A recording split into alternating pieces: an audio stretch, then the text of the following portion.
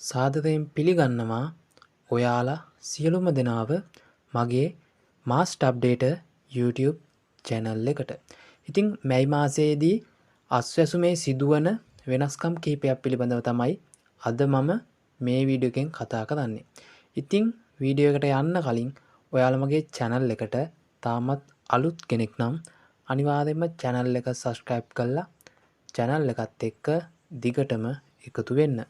ඉතින් රජය විසින් පියවර ගෙනල්ලා තියෙනවා මැයි මාසයේ ඉඳලා අස්වැසුම සංක්‍රාන්තික කණ්ඩායම්හි අස්වැසුම මුදල් කප්පාදුවට ලක් කිරීමට. ඉතින් සංක්‍රාන්තික කණ්ඩායම් කියලා කියන්නේ රුපියල් 2500 ඒ වගේම රුපියල් 5000 දීමනාව ලබා ගන්න පුද්ගලයන්. ඉතින් මේ පුද්ගලයන් ලක්ෂ 4ක් පමණ ඉන්නවා කියලා තමයි රජය විසින් සඳහන් කරලා තියෙන්නේ. ඉතින් මේ පුද්ගලයන්ගේ අස්වැසුම මුදල් මැයි මාසයේ ඉඳන් කප්පාදුවකට ලක් කරනවා. ඉතින් මේක කප්පාදු කිරීමට තීන්දුව වෙලා තිබ්බේ මාර්තු මාසයේ ඉඳන් එහෙත් මාර්තු මාසයේ ලබා දුන්නා. ඒ වගේම සිංහල හින්දු අලුත් අවුරුද්ද නිසා අප්‍රේල් මාසයේත් මේ මුදල් ලබා දීමට රජය විසින් කටයුතු කළා. ඒ නිසා අනිවාර්යයෙන්ම මැයි මාසයේ ඉඳන් මේ සංක්‍රාන්තික කණ්ඩායම්හි මුදල් කප්පාදුවට ලක් කළා.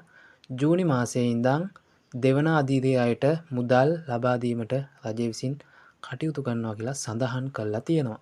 ඉතින් මේ වගේ අස්වැසුම සම්බන්ධයෙන් අලුත් නිවුස් අප්ඩේට් පිළිබඳව දැනගන්න අනිවාර්යයෙන්ම channel එකත් එක්ක දිගටම එකතු වෙන්න.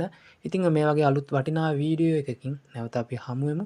එතකන් ඔයාලා සියලුම දෙනාට සුබම සුබ දවසක්.